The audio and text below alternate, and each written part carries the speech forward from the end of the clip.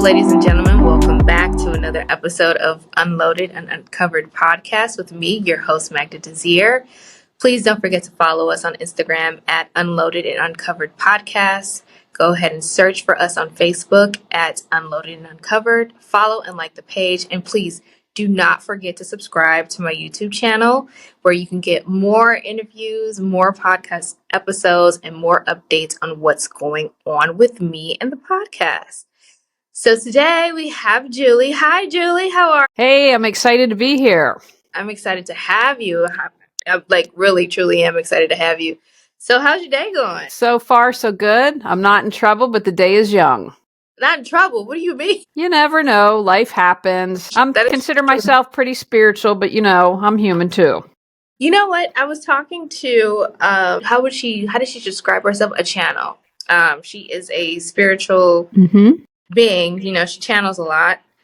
And I told her I've been running into a lot of people on this podcast that are very spiritual and business minded. So I don't know if that's the theme for my podcast this year, but you're like maybe the fourth or fifth person so far. Everything has been spiritual business life, struggles, trials and tribulations, but how people overcame them and became better than, that's in the entire, so far that's what I've been running into. And I'm like, okay, universe, I appreciate this. I think that's really interesting. And, you can't separate the personal from the professional in your business. And so I love that. I think personally, I'll just talk for America where I live. We need more spirituality. We need more awareness and compassion in business, right? Everyone's upset about inflation. Okay, yeah, we had inflation, and I should say, the corporations are taking advantage of it. I just read an interesting article that over in Italy, a couple grocery stores banned some snack food because they're like, you've increased the price and decreased the amount we're getting. We're done. And that's what needs to happen. People need to stand up and say enough. Especially here in the US. It's ridiculous. I've never seen grocery this high. I've never seen us struggling just to eat, to live. It is wild in the US. I am afraid that there's a possibility. I don't know. I hope there's no insurrection that might be coming soon. But the way that the world is going and the way that inflation is affecting, low to middle income families, I would not be surprised. Be surprised. Well, that's why we need to say, this is, our country's bitterly divided. And, it's interesting because here's the thing. You can't hate another unless you hate yourself. Some of the vitriol that I see thrown out there, it's got nothing to do with the other person, whatever. You have created those constructs. And if you didn't judge yourself, you couldn't judge another. So it's an inside job. Look within. You might hate on the outside, but that's nothing to do with you. Look within. Interesting concept. Interesting point. I wonder how that will translate. I was also talking to somebody else where we talked about how Gen Z and Gen A will be moving the needle forward for our society. How they're not taking shit from nobody, how they're standing up for themselves, and how they are, advocating for those that are much older than them and younger as well. And they're just coming in like, no, we're not doing this. I'm not going to get paid pennies for you to be making me work this many hours. If this is causing me stress, I am leaving. I don't care about a job. I don't care if I'm in debt. I don't care about this. I don't care about that. You will treat me as a human being. And I'm loving that for them. And that's an interesting concept about looking within. And I think with them, with Gen Z and Gen A, as they're coming up, they're also making us, look within ourselves and challenge ourselves to be better. So that's interesting that you said that. I believe we're either coming from love, or I would break it down into not feeling good enough, not feeling worthy, and not feeling loved. You could maybe just categorize that at hate. If you want to do two things, love and hate, right? And simplify it. But if I feel good enough, then I'm all good. If I feel loved, if I feel worthy, then the world is my oyster, right? Or pearl, or whatever the expression is. And I don't feel the need to hate someone. If I'm hating on you and judging on you, a little bit of there, or some extent, is to make me feel better about myself, right? But if I'm full and whole and complete, I don't need to do that. Right. So how do you extend that, love towards others? Especially, I know the world needs it. We all need it, especially what's happening in the Middle East, happening in Mm-hmm. Africa, happening Mm-hmm. everything all over the world. Is there something going on? So how do you extend that? How do you practice that love and extend it to those outside of you? Well, one, when I model this behavior, other people see that, right? Oh, she's not being hateful on social media. And then it gives permission for other people to do that. Well, maybe I can do some self exploration. Maybe I can try to love more today, right? I think one being, and again, we're not perfect. Do I have moments? Absolutely. The more work I do on myself, then the better I am. And the other thing that I think is really important is what other people do and say is about them, and how Right. I respond is about me, right? And bringing that back. And so it's about having conversations. I think we would all be I love food, right? Maybe a little too much. But if we all sat down and broke bread and had a conversation, Yeah. well, tell me why you think this way. And we saw someone as human. I read somewhere, I don't know when or who, that we tend to, is our brain, just because of how it's wired, just tends to want to classify, right? And put people in boxes. And so it's that rewiring that happens. But we have the ability to break that, right? And we have the ability, one thing that I try to do is listen, right? Like someone the other day stopped me and I'm like, I just listened to him. I had this moment where I'd have all these people who were mentally unhealthy stop me. And so I just would listen. And I was like, well, obviously I'm been put in their path because we disregard people, right? And call them crazy. I'll never forget, I was at a wedding in Maine and she said, oh, you met the town crazy. And I said, did you know that she lost her husband in Korea in the Korean War and she lost her son in the Gulf War?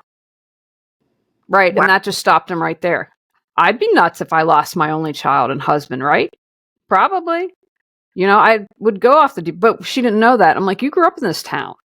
How can I, who've just stopped at McDonald's and this woman wanted to have a conversation with me? And she said, oh, I'll drive you to the campus. You don't know where it is. Follow me. Couldn't have been more kind, all because I took the time to listen.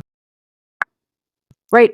How many times do we actively listen? We listen to share our point and to make sure, I got to get my point in, or to say, well, I'm right while you're wrong. How often do we listen to understand? Not often. Not often. And I think that also goes hand in hand with being present. Practicing being present and practicing that right now is way more important than the future and what we need to say or what we want to say. So it's like listening to understand versus listening to reply. And I think if we practice mindfulness in the present moment, we might be a little bit more compassionate and loving towards one another. So it's like, how do we turn that around and build a more stable human connection in a time of uncertainty? So how would we do that? Well, one, they've done studies that you think you're connecting, but it really is doing, like you said, the opposite, right? And it's making you feel more isolated.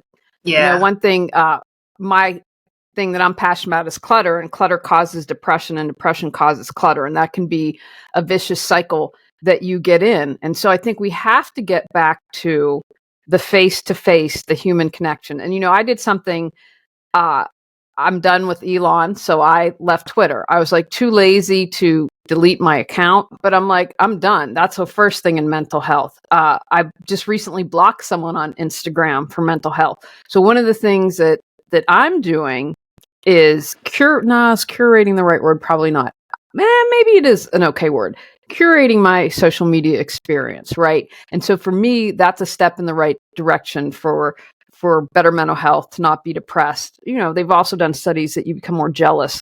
And one of the things that I've gotten as positive feedback is that I keep it real. I share my struggles with people. I am a work in progress. I'm going to be work in progress till my last breath. And that I want people to say, hey, I stumble and fall, but I got back up and here's how I did it. Right. And so I think that we need to, I did a little thing called, I am not an influencer, but I'm making a difference. I think, all these curated things, it's not real life. Right. So we have to get back to keeping it real. We have to get back to understanding. I always try to think we're all going through something, right? Can't think anyone I know personally that life is just 100% rosy, right? So can I remember that? Can I remember that someone's struggling? And if I was struggling, particularly in the moment, how would I want to be treated, right? I'd want more Yeah. compassion. I think we really don't have a lot of compassion these days. No, we don't. And you mentioned people struggle and are trying to figure it out. So how did you do that? How did I know you've had some points in your life where you struggle. How did Julie work through that struggle and become better today? Excellent question. Well, I've worked with people, right? Because there have been times we all have blinders in life. And so if that's the case, I need someone else who no skin in the game, right? They're neutral because they don't understand. We have emotion attached to it. So for me, it was always working with people. I love to read, especially a lot of self-improvements. And then several years ago, someone's like, come and do a TV show. And he was on the internet. So I was like, I'll do an internet TV show. And so I focused on body, mind, spirit experts. And so if I'd have a guest, they'd be like, read my book. Or we're doing a live interview. Let's use for your life for an example. So share what you're going through. And so it's constant, or not constant. I've taken a break and need to get back in the saddle, but working on myself. How can I be a better Julie? And so that when I heal, right? Because everything's like an onion and we have layers to it. And for me, I'll tell you, this might get a little weird, but when I was living in Los Angeles, I went to clairvoyance school, right? And it was a 14-month program. We learned energy healing. And at the end, I was like, was abused. That's where my feeling like a victim comes from, right? And what started me on the journey was my younger brother, and love him, he's much younger, but I'm the weirdo personal growth person in the family. And he's like, you know what? You see yourself as a victim. And in that moment, I could hear him. And I'm like, yeah, you know what? That feels right. I think that's actually, I'm not going to get defensive. I think he's right. Okay, wow. What does that mean? Well, then how do I correct that? What do I do about that? And then found the clairvoyant program. And so it's been a process of peeling back the layers and saying, well, how can I improve? What do I need to learn to do? And, I was just thinking about it in the past couple of days because I'm annoyed about something. And I was like, be better, not bitter, right? Just remind yourself, be better, not bitter. I can't control what others do, but I can't allow them to make me bitter. And that's not saying that we can ignore things, especially like on a societal level. We got a lot of stuff going on that needs to be course corrected. But what I'm saying is, in the moment, what can I do for me? And then as I heal, you heal. As you heal, I heal. And that's how we shift and we change everything. I personally think we are in a big humanitarian challenge, right? We're either going to be democracy or autocracy, authoritarianism, right? America, we have our faults, got a lot of bad stuff going on, and we are a beacon of hope and light for this world. And we're at a point, are we going to go dark or are we going to continue towards the light? So I hear screaming at someone who is not going to change their mind isn't going to make a difference. How can I lead by example? How can I put love out there? How can I say, have you thought about this? Or you considered this? Or I'm going to show an example, share what has happened when you become an authoritarian regime. Did you know in Hungary that they can now listen in whenever they want? I read something about that happened November and December. They went against Group A and they went against Group B, and now it's anyone. Yeah, it's. I have to find the thing. I don't want to speak, but there was something that I think people who are like, haha, they're going after the people I don't like. But then you don't realize, you know what? If they do something you don't like and you speak up, you're in trouble. I've been to Budapest, and they have this museum called the War on Terror. One of the best museums I've ever been to.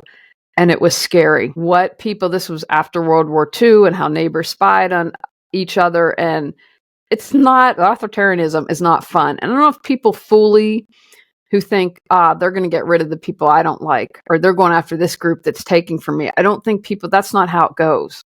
Not how it happens. Because what's that great quote? They went after A, I didn't do anything. Went after B, I didn't stand up. They went after C, I didn't do anything. And at D, they came after me, but there was no one left to stand up for me.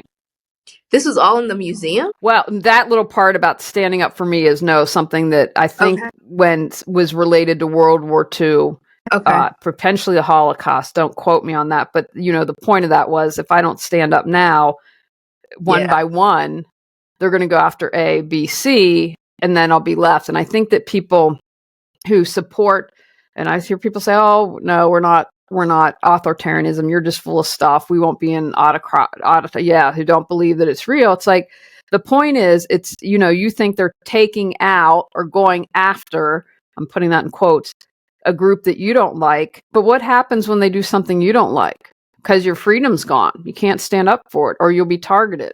Oh, we're going to audit you from the IRS, right? Because now we have cronies in place. If we have cronies in government, they're going to go after the enemy. This is how it is. That is crazy. I mean, I'm not making this up. Look at history. That's why I love Margaret Atwood's books and The Handmaid's Tale. We're seeing it right now in this country. And if people say that's not true. And when she wrote The Handmaid's Tale, everything in that book was based on something that happened in history.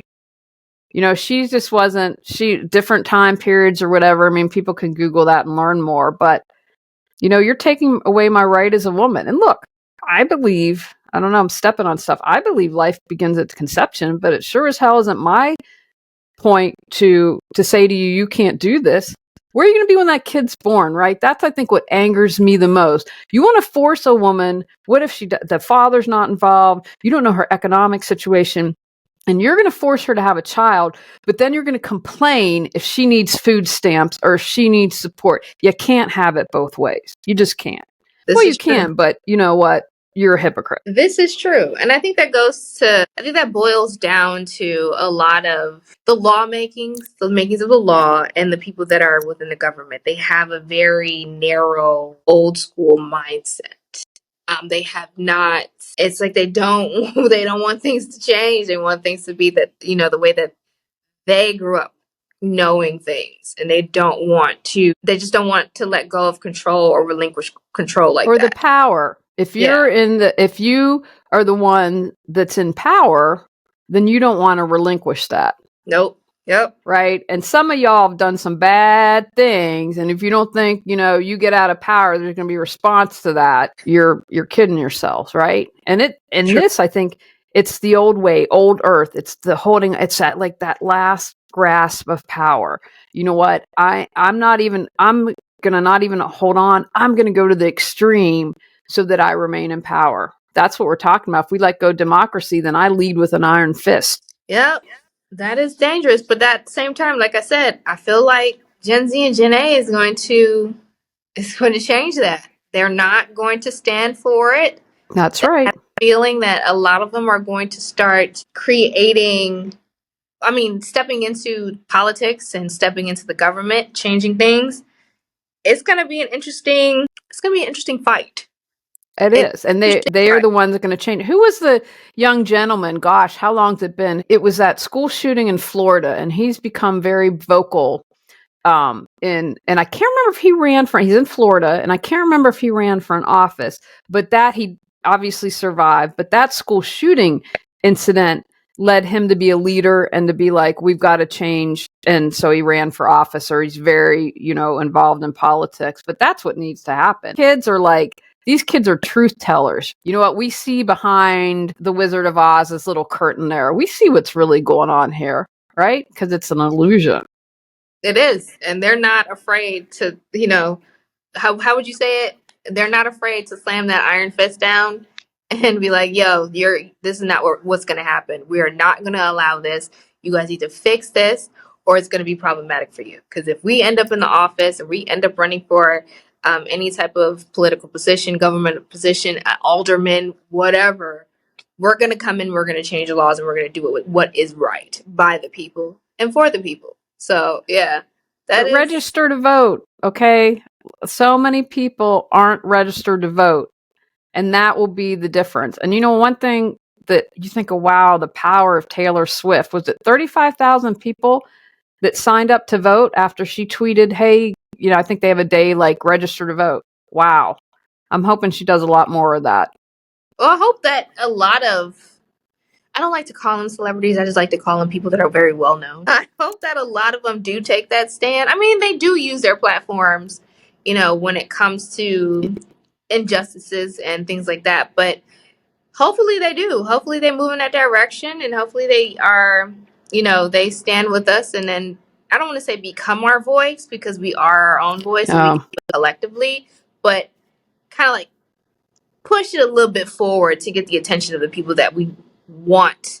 You know what I mean? Like, I yeah, think that they can help a little bit, but it is our responsibility to make a change. 1,000%. And we need to wake up. Like, why do we mindlessly follow people? And that's not to say, you can't enjoy things, but I think I look at some of these fans and like they get so wrapped up and get so involved. I'm like, what are you doing for yourself? Instead of being on here on social media, they're okay. They got a staff that can respond if they got some, haters on social media or whatever. But it sometimes bothers me what I feel like there are people popular in this country that make me shake my head. I'm like, you have how many followers? And why do people, you're promoting? No, just what you promote, one beauty standard. No, I'm not interested. And I have to wonder, like, why do you follow this person? Well, we make people famous. At that, If they do something silly, we're the ones that make them famous. We share their silliness. We share something that's either positive or negative. We're the ones. We have the control of making these people famous. So that's what we do. And it goes back to the whole concept of, like, we're all constantly on our phone, constantly on social. mm-hmm. We have to figure out a way to remove ourselves from that and to build much stronger human connection and communication and stuff like that. So it's our fault. Like, in all honesty, it's Thousand society's percent. fault. So we have nobody else to blame but us. It's like the people in Italy who said, yeah, we're not going to buy your product. You're jacking us around. We're done. You're right. So we have to say, wow, you know what? Maybe I should admire a teacher. Maybe I should admire a fireman, maybe an EMT or something, instead of, people with tons of plastic surgery. And, ladies, men, do what, you have to do what makes you feel good about yourself. I personally feel like there's just one beauty standard, which I am nowhere near and fit into. And that bums me out. Like, if you loved yourself, which I talked about earlier, then you wouldn't feel the need for that. True, but at the same time, people are going to do what they want to do. If they want to Yeah. change a body feature, if they want to And change something about themselves, go for it. absolutely. I think they should. But are you doing it because it's for you or to look by someone else? Like, be Yeah. aware of that. That's all I'm saying is be aware. Are you doing it for yourself? Or are you doing it like, oh, if I look like so-and-so, then I'll be better like? No, you know what? I've always hated my nose, and I'm going to change it because you know what? I need to feel better about myself. Have at it. But just be aware of your reasoning. Yeah, that's true. And children are watching. No matter how much restrictions we put on the phone, on YouTube, on Mm-hmm. settings, whatever, the kids are watching. The Yeah. the children are definitely watching, and they're emulating that as well. They might make fun of it, walking around the house making fun of it, Yes. but it is subconsciously sinking into their minds, thinking that this is what they're supposed to look like when they get older. Yes. Yes. This is what they're supposed to look like or do when they get older, how they're supposed to act and things like that. I'm I'm older So than you are, and I'm grateful that I didn't grow up with social media. I think I would have been just the young girl I was would have been it would not have been healthy for me. I would have been really, in 1,000% would have been in a horrible place because I don't think I had, I didn't have good self-esteem, which, I think I didn't know the abuse was definitely suppressed, for till I was in my 30s. So I would have been like, well, like me. And I can still fall in that trap trying to please people and wanting to be liked. And, and I'm going to move back to help care for my mother. So I'm in a somewhat small town. And, I'm just like, some of these moments, it's just like, okay, you got to not let your vibration go down. You got to raise the vibration. That's on you. yeah. So how did you move away from people pleasing? Because a lot of people these days, well, everybody, I feel like everybody is somewhat people pleasing. I wouldn't say everyone. Most of the people on this planet are people pleasing. So how do you move away from that? Loving yourself more. Now, when I turned 50, that was a big deal. I don't know. It's like this switch went on. Like, I don't care. Oh, you don't like me? Okay. And again, that goes back to when I empower myself, that allows you to empower yourself. And Right. so it was more of loving myself and being like, okay, let's think about this. Should I want to please my husband? Absolutely, because he wants to please me. There's a reciprocal relationship there. And so is it, why? And then bringing it back within. Why do I feel the need to please this person? Oh, because, she's the queen bee. Okay, well, you know what?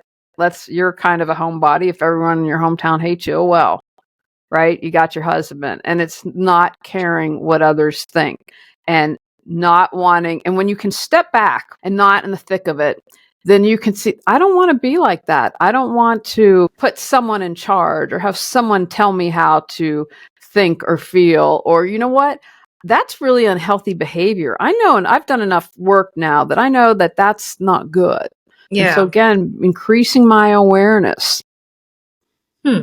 Increasing your self-awareness. Yes, self-awareness. Yeah. But I will add to that, also increasing my awareness. How do my actions affect others? Right? I always want to work on me, but at the same time, I have to be aware, how's what I do? Is it helping or is it hurting? Is it healing? What is it doing? Now with that, if you mentioned before, you can't change anybody, you can't change how they are. You just have kind of like accepting it, but in the way, but making sure that it doesn't affect you. Now, with what you just said, how does that work with someone who's trying to change for the better for themselves and also make themselves, and also work on that self awareness without offending others? You know what I mean? Because there can What's be. going to happen? First of all, I try not to see life as but. Okay. It's the and. I read a book, the title was and it explored this subject for a couple hundred pages. I'm like, I can't believe you can, but it was really a good book and was really worth it. So one thing is that I try to see the life from the and we're going to fall. We're Yeah. going to stumble. But to me, there's also a difference between intentionally harming someone and making a mistake. Now, I believe if you learn that it's not a mistake. And, I was thinking about the dirty delete recently, and I get it, and I get emotional labor, and I understand that. And again, I'm about the and, not the but. And I think that we're going to have moments when you explode because you're like, I don't want to spend the time explaining to you why my experience as a Black woman is like this, right? I totally understand that. And I'm hoping that we have grace, right? That we're all trying and to understand that. And, everything's energy and sometimes hard online, but, you can also feel when someone's an asshat and when someone just says a dumbass remark without being clueless. Clueless is probably a better way to describe it, right? Yeah. So can you give grace? Absolutely. But don't expect to be able to give grace in every moment, right? Because Yeah. we're human. I mentioned that earlier. I'm spiritual, but I'm living in a human body. I'm doing the best I can. Yeah. That is true. Giving grace and showing compassion is very important. But but at the same time it's difficult because you also have to show yourself the same thing. Yes. You have to turn it back around onto yourself. So how do you practice showing grace and compassion towards yourself? Great question. I just remind myself, you know what? I'm doing the best I can. And, I had to, when my mother died, we moved, it was never on my bingo card to move back to where I grew up. And then my mom got sick and my husband's really wonderful and said, well, we can do this when we move back. So I just gave myself grace. And like a good example, because someone just asked me to do something, it was really kind, said, oh, we do a presentation. And I said, I know when I first moved back, I said, let's get to walking again. And I said, but the reality is I just grieving my mother, moving into a new house, discovering they lied and there's flooding, blah, blah, blah, blah. It was too much. And I said, so I had to give myself grace and say, it's okay if you don't respond, if you don't say yes to everything. And so just having that compassion and having that understanding and knowing, I'm doing the best that I can in this moment, but then also working on myself, working with someone or taking a class or reading a book or watching a video or, listening to this podcast discussion and hopefully is given some things for people to think about and consider. Right. So Yeah. just every moment and then keeping it real and being honest with myself. Was I really unaware or clueless or did I want to be a butthead? Right. Come on, own it. Yeah. That's good. That's good to know. I'm sure this will definitely help somebody who is going through it. I know we talked about how did we start this conversation? I don't even remember. I don't. It's been a great. We haven't been talking about clutter, and that's okay. But you know what? This was what I love about this is we start a conversation, and I believe where it was meant to go where it did because whoever's listening or watching needs to hear this. Right? Yeah. This is what the universe wanted. Okay, how about it? Have at it. But no, I definitely want to talk about clutter because sometimes I feel like with me, I despise clutter because I grew up in a household where my mother is a hoarder. To this day, she still is. But it's like when I got my own place, I was like, I don't want anything. I don't want anything. I don't want anything at all. How do you help people detach that, emotional connections from things that are so old and help them to declutter their mind while also declutter their space? Well, first of all, I have compassion for your mom. Hoarding is a separate kind of extreme. And people who are hoarders, if you're listening, they need professional support. I hate the show Hoarders because it gives this false sense of, oh, in 50 minutes or 48 minutes with commercials, we cleaned an entire house. And they don't see the behind the scenes of the teams and all the work that goes on. But for the rest of us who aren't in that extreme, one thing I would say where people get caught up a lot is they put on their objects the memories, right? If I let go of this water bottle that my husband gave me when we first started dating, then I'm going to lose the memory of our first date. That's not true, right? Yeah. So what I like to say is our memories are in our minds and in our hearts too, right? Because everything's energy. So begin by saying, okay, you know what? That I still have that memory. It's not on that object. I think that's the first thing to start. One thing that, well, first I want to share my definition of clutter because it's a bit different than most people. And so for me, clutter is anything that prevents you from creating the life you choose, deserve, and desire. So what I mean by that is I want people to see the bigger picture. I want people to understand that a messy desk isn't just a messy desk. It's a roadblock to a promotion or a roadblock to writing that novel that you've said that you've wanted to write. Or the Yeah. overstuffed closet might be preventing a relationship from blooming, right? Yeah. And so seeing the bigger picture and understanding the inner affects the outer. So as I clean up my desk, I clear some mental clutter, right? Yeah. And awareness plus action equals change. So I got to become aware of my clutter. I got to take action. And that's how I'm going to have to change. Interesting.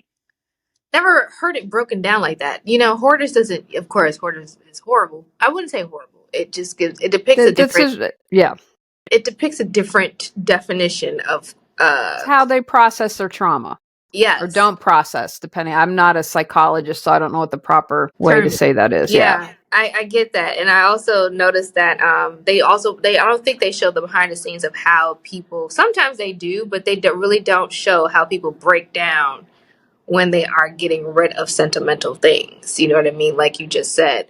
So that's a very interesting way to process decluttering your space and also your mind. Does it also work in the spiritual realm as well? You know what I Oh mean? yeah. I mean, I won't bore you to death, but yes, there's definitely spiritual clutter, right? I mean, to me, so Uh, some examples of what I consider spiritual clutter are not having gratitude, not being able to forgive, not having compassion, not doing what makes you happy and bringing you joy, and not living your life. yeah, that can definitely be a lot of roadblocks for, future opportunities and blessings to flow through your life. Yeah, that's a good one. That needs to be on a shirt Well, or and remember, everything's also energy, right? So if yeah, you're trying to create something in your life and you that is got a true. bunch of stuff, you're saying the universe, good to go, thanks.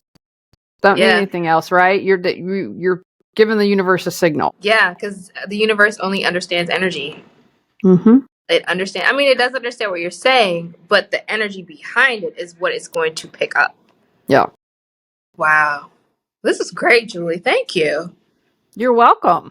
I appreciate this. So tell everybody where they can find you. Brilliance.com. They can find my social media links.